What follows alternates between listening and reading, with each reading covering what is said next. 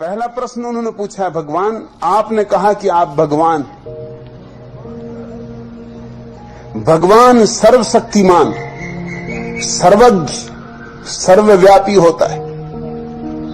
क्या आप सूर्य का उदय कुछ क्षण के लिए रोक सकते या सृष्टि में कोई परिवर्तन कर सकते हैं? कृपया बताएं। दूसरे प्रश्न में उन्होंने पूछा है कि भगवान कभी मरा नहीं, मर नहीं सकता, मरना असंभव। फिर यहां आश्रम में इतनी सुरक्षा की व्यवस्था क्यों? मेटल डिटेक्टर से क्यों हमें गुजरना पड़ता है? तीसरा प्रश्न पूछा है, क्या आपके भीतर मुझे पूजा की आकांक्षा मालूम पड़ती? क्या आप चाहते हैं लोग आपको पूजे? अगर यह आकांक्षा नहीं है आपके भीतर, तो माला पर आपका चित्र क्यों लगाया गया है?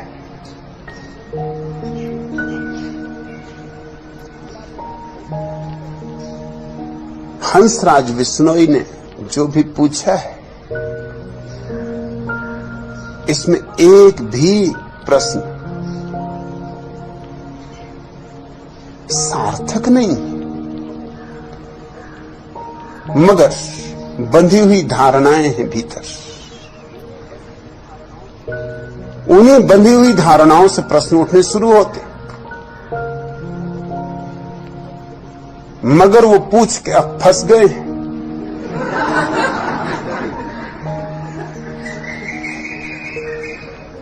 अब भाग ना सकेंगे।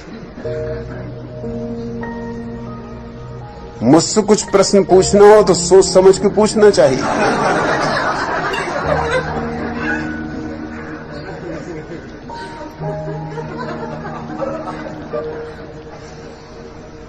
हंसराज विश्नोई, तुम्हें कैसे पता चला कि भगवान सर्वशक्तिमान है, सर्वज्ञ, सर्वव्यापी है?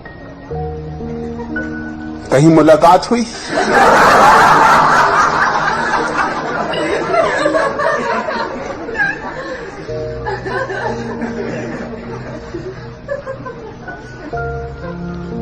भगवान है भी, ये भी तुम्हें पता है? कोई प्रमाण है तुम्हारे पास भगवान के होने का? आज तक कोई प्रमाण नहीं दे सका है, और जो भी प्रमाण दिए गए सब खंडित किए जा सकते हैं। जरा से तर्क की जरूरत है, जरा सी बुद्धि की जरूरत है। अगर भगवान सर्वशक्तिमान है तो हंसराज विश्नोई, तुम्हारा भोंदूपन कुछ कम बनाता, इतना तो कर देता, सूरज चाहे ना रोकता, थोड़ी बुद्धि तो देता।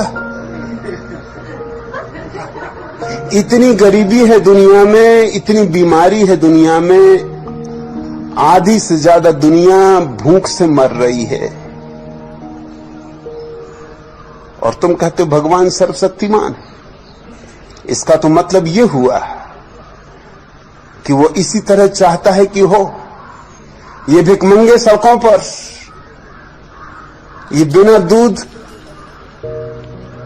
मिले हुए बच्चे,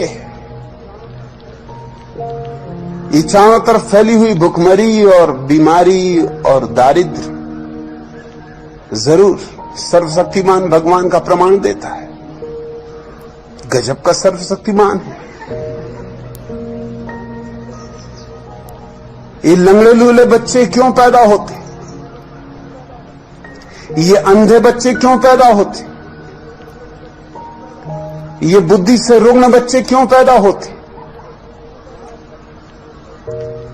तुम्हारा सर्वशक्तिमान भगवान इतना भी नहीं कर सकता? क्या तुम्हारे पास आधार है कि तुम कहो भगवान सर्वशक्तिमान है? और तुम तो यूं कह रहे हो जैसे कि बात बिल्कुल सिद्धि है, कोई शक शुबा का सवाल नहीं है, कोई किंतु परंतु नहीं है। साफ घोषणा है कि भगवान सर्वशक्तिमान, सर्वज्ञ, सर्वव्यापी होता है। अगर भगवान सर्वज्ञ है तो ये दुनिया कुछ और ढंग की होनी चाहिए।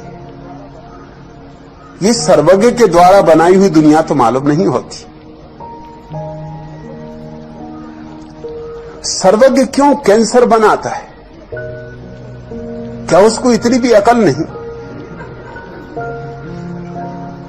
क्यों क्षय रोग बनाता है? सर्वज्ञ को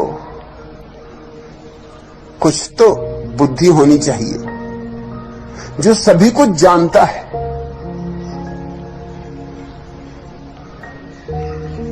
जिससे कुछ भी छिपा नहीं।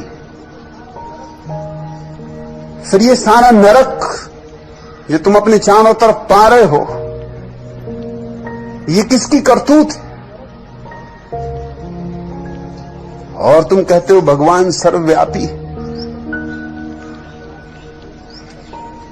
हंसराज बिश्नोई आए हैं हरियाणा से, मंडी डब्बाली हरियाणा।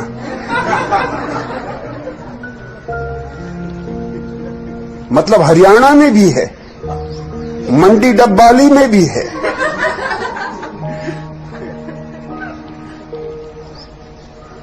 तो फिर यहां किस लिए आए हो?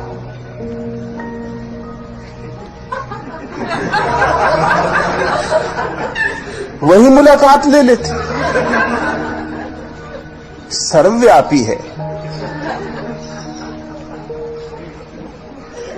जहां चाहते वहीं चर्चा हो जाती।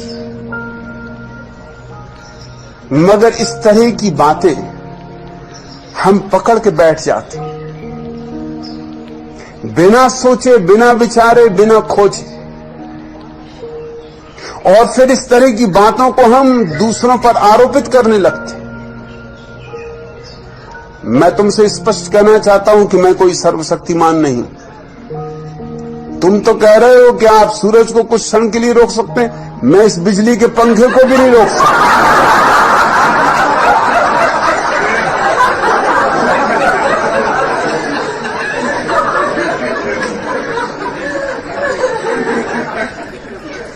तुम पूछते हो क्या आप सृष्टि में कोई परिवर्तन कर सकते?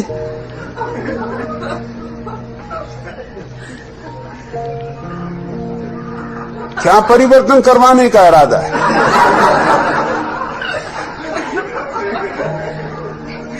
सर्वशक्तिमान ने बनाई ये पृथ्वी, ये प्रकृति। सर्वज्ञ ने बनाई ये प्रकृति, सर्वव्यापी ने बनाई ये प्रकृति। अब मैं कुछ भी करूंगा तो बिगाड़ी हो जाएगा,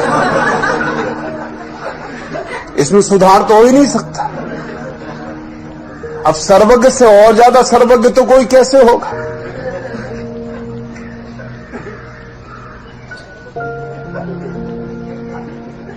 और तुम पूछते हो कि भगवान न कभी मरा, न मरा है, न मर सकता है। सवाल पहले ये कि जिया भी कभी? जिया हो तो मरता, जब जिया ही नहीं तो मरेगा कैसे? जन्मा कब? बात हमेशा शुरू से करनी चाहिए। अगर जन्मा हो तो मरे, जन्म के बिना मृत्यु तो नहीं हो सकती। तो एक बात तो तय है कि जन्मा नहीं।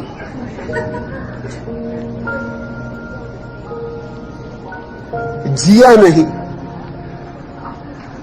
मरेगा क्या खाक? मरना भी चाहे तो नहीं मर सकता। मरने के लिए होना चाहिए। पहले तुम्हें सिद्ध करना पड़ेगा कि है। जन्मा, कैसे जन्मा, किससे जन्मा, कौन मां बाप हैं तुम्हारे भगवान के? और तब तो बड़ा लंबा सिलसिला शुरू हो जाएगा। फिर उनके मां बाप होंगे, फिर उनके मां बाप होंगे। मगर इस तरह की मूढ़तापूर्ण बातों को लोग समझते हैं धार्मिक विचार। और तुम मुझसे ये पूछ रहे हो, लेकिन यही बात तुमने कृष्ण से पूछी, राम से पूछी, बुद्ध से पूछी, महावीर से पूछी। तुम कृष्ण को भगवान कहते हो, कृष्ण मरे या नहीं? तुम बुद्ध को भगवान कहते हो, बुद्ध मरे या नहीं? तुम राम को भगवान कहते हो, राम मरे या नहीं? मेरे संबंध में तो कुछ अलग नियम बनाना चाहते हो। मैं भी मरूंगा और मरने में मुझे कोई बुराई नहीं मालूम पड़ती।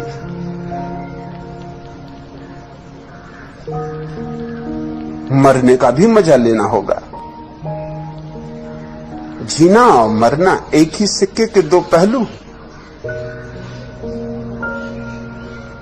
लेकिन बड़ा मजा यह है इस देश की बुद्धि की,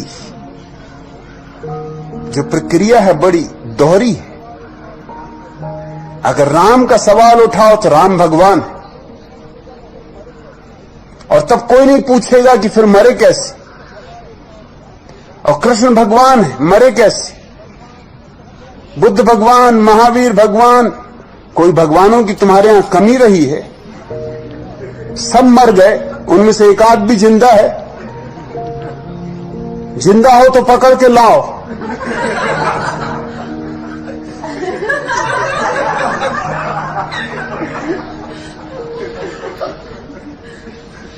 और तुम पूछते हो कि यहां सुरक्षा का इतना इंतजाम क्यों?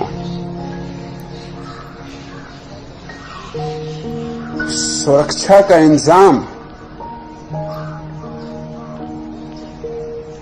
कोई मेरी मृत्यु को नहीं रोक सकता है। मेरी मृत्यु तो होगी, सुरक्षा का इंतजाम भी रहेगा और मृत्यु होगी। सुरक्षा का इंतजाम किसी और कारण से,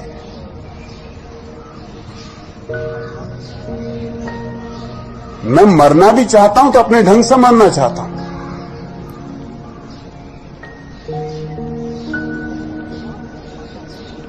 किसी बेवकूफ के हाथ से नहीं मरना चाहता।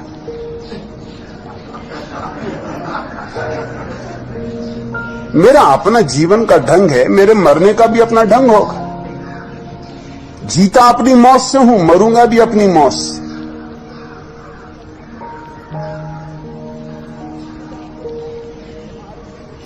कृष्ण की मृत्यु ही एक आदमी के पैर में तीर मार देने से। कृष्ण सोए थे, वृक्ष के नीचे विश्राम कर रहे थे, और एक शिकारी ने भूल से उनको तीर मार दिया। इस तरह मृत्यु हुई। बुद्ध की मृत्यु हुई विषाक्त भोजन से। एक आदमी ने भोजन खिलाया और भोजन विषाक्त था। महावीर की मृत्यु हुई पेचिश की बीमारी से। होनी ही चाहिए, ज्यादा उपवास जो करेगा उसका ये परिणाम होने वाला है, पेट खराब होगा।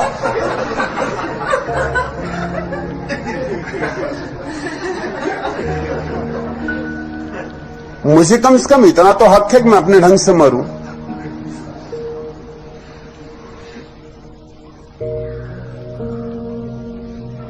और तुम पूछते हो कि ये सुरक्षा, अगर आप भगवान हैं, सुरक्षा की क्या जरूरत?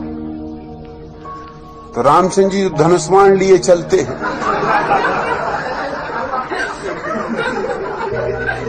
तुम क्या उनको कोई कोलभील समझे हुए हो कि गणतंत्र दिवस पे भाग लेने दिल्ली जा रहे हैं, कि वहां जुलूस निकलेगा? वो काहे के लिए हाथ में रखे हुए हैं धनुष्मान?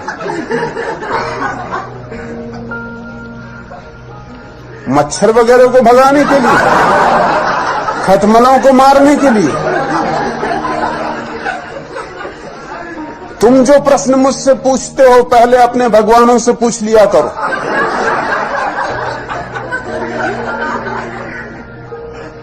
क्योंकि पहली तो बात यह कि हंसराज बिश्नोई, मैं तुम्हारा भगवान नहीं।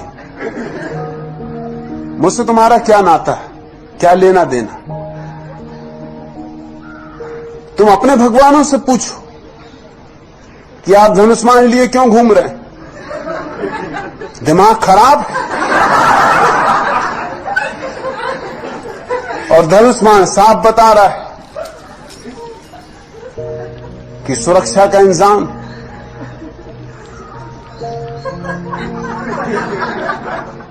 और कृष्ण ने जब चक्र घुमाया तो वह क्या था? सुरक्षा इंतजाम नहीं था तो और क्या था?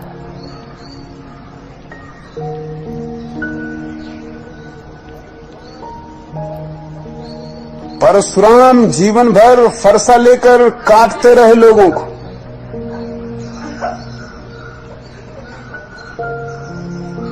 और फिर भी तुम उनको भगवान माने चले जाते। ना तो मैं कोई धनुष्मान लिए हुए हूं, न कोई फरसा लिए हुए हूं।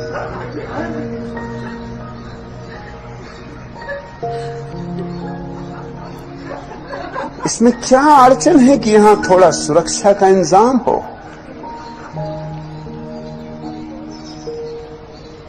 लेकिन तुम्हारे दोहरे मापदंड हैं। अपनों को जिनने तुमको सदियों से संस्कार दिए तुम एक तरफ रखते हो, बचा लेते हो।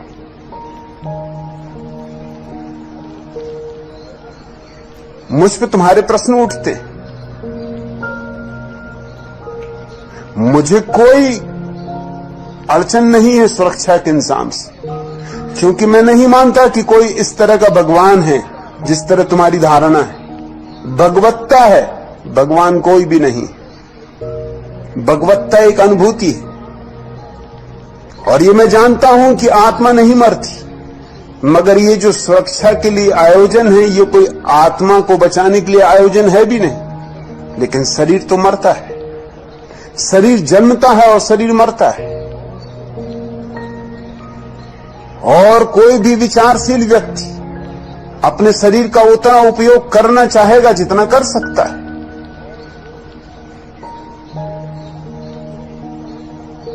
मेरे शरीर से मैं जो भी काम करना चाहता हूं पूरा करना चाहता हूं। इस शरीर को बचाने की पूरी व्यवस्था होनी चाहिए, कोई कारण नहीं। जो इसे प्रेम करते हैं वो बचाने की कोशिश करेंगे। जो चाहते हैं कि ये शरीर उनके काम और कुछ देर आ जाए वो इसे बचाने की कोशिश करेंगे। मैं मूर्खतापूर्ण बातों में भरोसा नहीं करता। अब तुमने पूछा है कि आपने कहा कि आप भगवान हैं। भगवान का मेरा अर्थ समझने की कोशिश करो। भगवान से मेरा मतलब ये नहीं है कि मैंने ये दुनिया बनाई।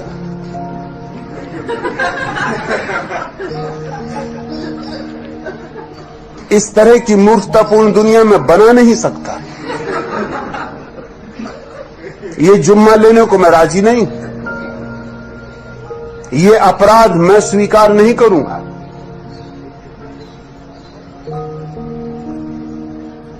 और मजा ये है कि तुम मुझसे पूछते हो, तुमने कृष्ण से नहीं पूछा, राम से नहीं पूछा। ये राम ने दुनिया बनाई,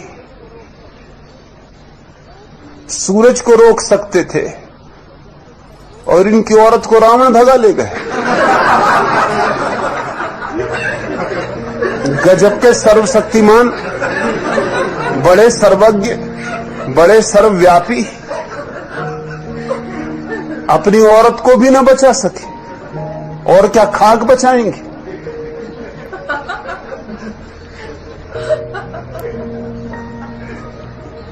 सर्वज्ञ हैं, सर्वशक्तिमान हैं, सर्वव्यापी हैं, और सोने के मृग को खोजने चल पड़े। बुद्धू से बुद्धू आदमी को भी शक होता कि कहीं सोने का मृग होता है।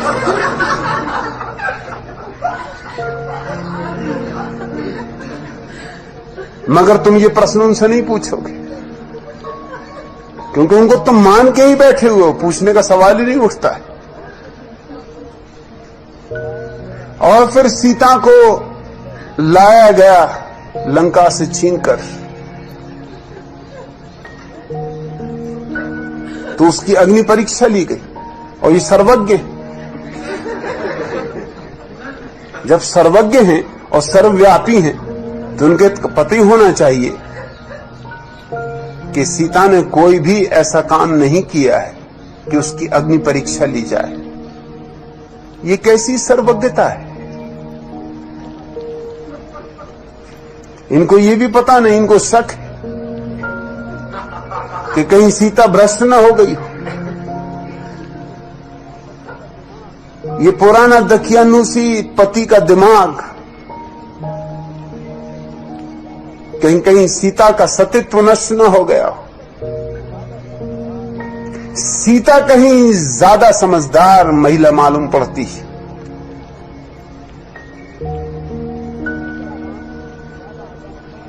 उसने नहीं कहा राम से कि तुम भी आ जाओ, साथ ही साथ दोनों निकल जाएं आंख से, क्योंकि तुम भी इतनी देर अकेले रहे और कोई अच्छे संग साथ में रहे भी नहीं। अंदर बंदर न मालूम कहां कहां के रीछ भालू, पता नहीं क्या करते रहे, क्या हुआ क्या नहीं हुआ। और जब विवाह हुआ था तो साथ साथ गांठ बांध के चले थे, चलो इसमें भी गांठ बांध के गुजर जाएं।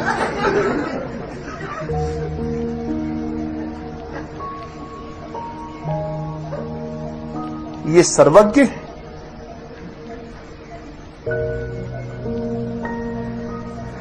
और तुम कहते हो कि सुरक्षा की कोई जरूरत नहीं। और कृष्ण पूरी गीता में क्या समझा रहे हैं अर्जुन को कि लड़। अर्जुन कहीं ज्यादा ज्ञानी मालूम होता तुम्हारे हिसाब से, क्योंकि वो ये कह रहा है कि क्या सार है मारने मारने में।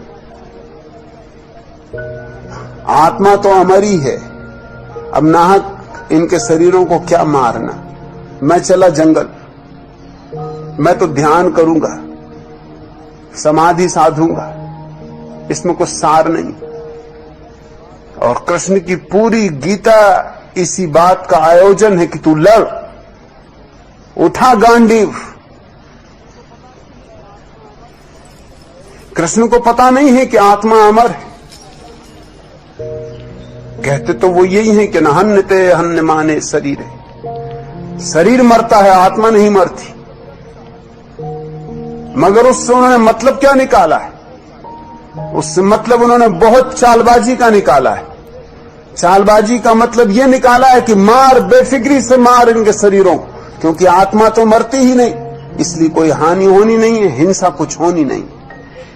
कृष्ण ने जितनी हिंसा का प्रतिपादन किया दुनिया में किसी ने भी नहीं किया। Adolf Hitler, Genghis Khan, Timur Lang, Nadir Shah सब फीके पड़ जाते, क्योंकि भला इन्होंने हिंसा की हो, लेकिन हिंसा का समर्थन इनके भीतर नहीं। जानते तो ये हैं कि ये गलत कर रहे हैं। कृष्ण ने हिंसा करवाई और उसको एक दार्शनिक पूरा का पूरा आडंबर दिया। समझाया अर्जुन को यह कि मार बेफिक्री से, क्योंकि आत्मा मरती ही नहीं, मारने में हर्ज क्या है? ये तो मिट्टी के घड़े हैं, फोड़ दे, आत्मा दूसरे घरों में प्रवेश कर जाएगी।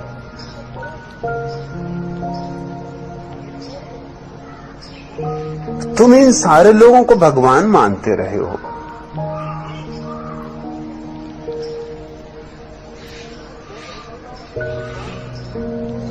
और मैं जब कहता हूं कि मैं भगवान हूं तो तुम्हें अड़चन खड़ी होती,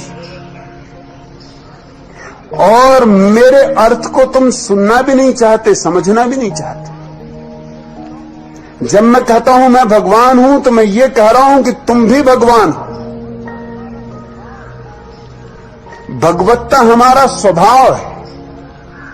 ये और बात है कि कोई पहचान ले या ना पहचान। जो पहचान ले वह भगवान है, जो न पहचाने वो भी भगवान है, लेकिन उसे पता नहीं होगा। कोई सोया है, कोई जागा है, मगर सोने और जागने वाले के भीतर एक ही चेतना का वास है। तो जब मैं कहता हूं मैं भगवान हूं तो मैं ये नहीं कह रहा हूं मैंने दुनिया बनाई, मैं ये भी नहीं कह रहा हूं जैसा कृष्ण कहते हैं कि जब जब धर्म की हानि होगी तब तब मैं आऊंगा और रक्षा करूंगा।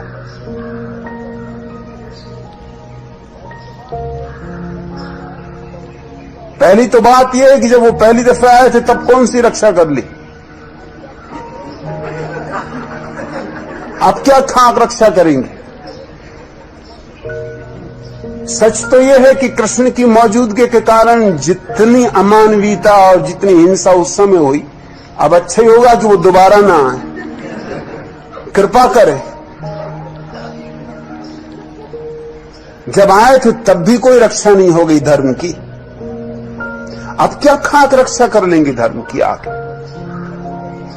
मैं कोई दावा नहीं करता धर्म की रक्षा का, और ना ही दावा करता हूं कि मैं कोई अवतार हूं। उधार बातें मुझे पसंद नहीं। मैं क्यों विष्णु का अवतार होऊंगा, विष्णु मेरे अवतार नहीं, मैं उनका अवतार नहीं।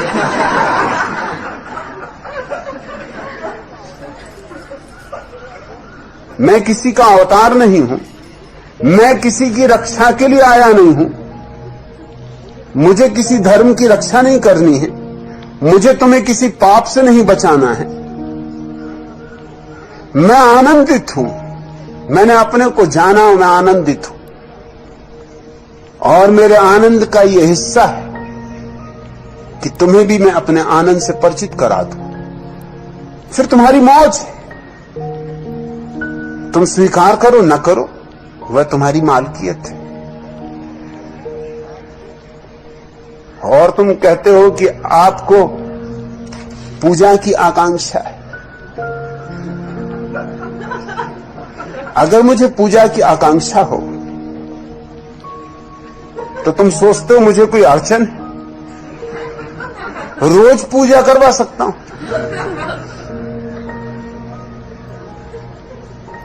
रोज फूल चढ़वा सकता हूं, रोज आरती उतरवा सकता हूं, इसमें अड़चन क्या है? पत्थरों की आरती उतर रही है तो जिंदा आदमी में क्या अड़चन है आरती उतरवाने की?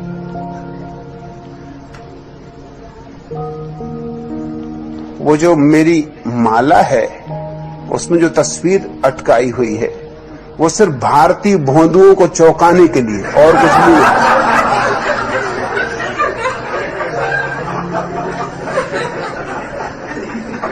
एक मजाक है और कुछ भी नहीं। लेकिन मजाक को समझने के लिए भी थोड़ी बुद्धि चाहिए।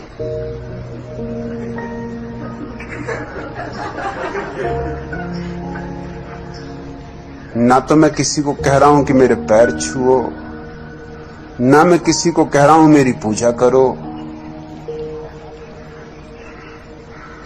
मैं तो आता भी हूं तो मैं चाहता नहीं कि कोई उठ के खड़ा हो। शायद ये भारत में होने वाली पहली धर्म सभा होगी जहां आने पर गुरु के शिष्य बैठे रहते। तुमने कहीं कोई सभा देखी जहां गुरु आए और शिष्य बैठे रहे?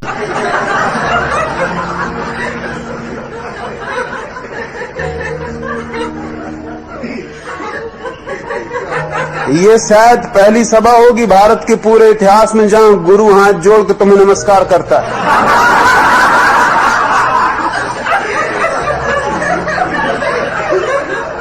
क्या पूजा, किसकी पूजा? मगर बंधी हुई धारणाएं लेके आओगे तो अड़चन होती, और बंधी हुई धारणाएं लेके आ जाते हो तो वंचित रह जाओगे उससे जो यहां घट रहा है। यहां बहुत कुछ घट रहा है।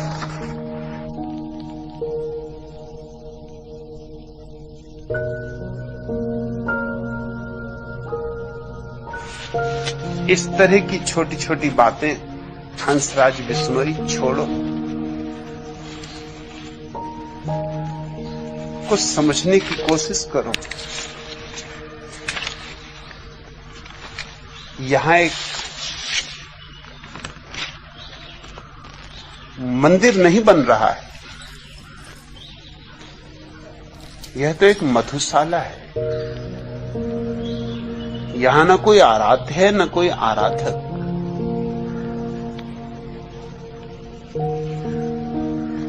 ऋतुओं के आंगन में फिर शायद न लौटे। आओ आओ प्राणों से यह पाहुन क्षण जी लें। क्या भरोसा कल हो न हो। ऋतुओं के आंगन में फिर शायद न लौटे। आओ प्राणों से यह पाहुन क्षण जी लें।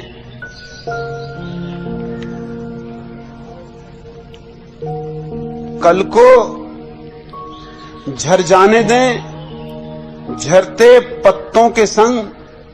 कल को झर जाने दें झरते पत्तों के संग। वासंती धूप अंजुरी भर भर,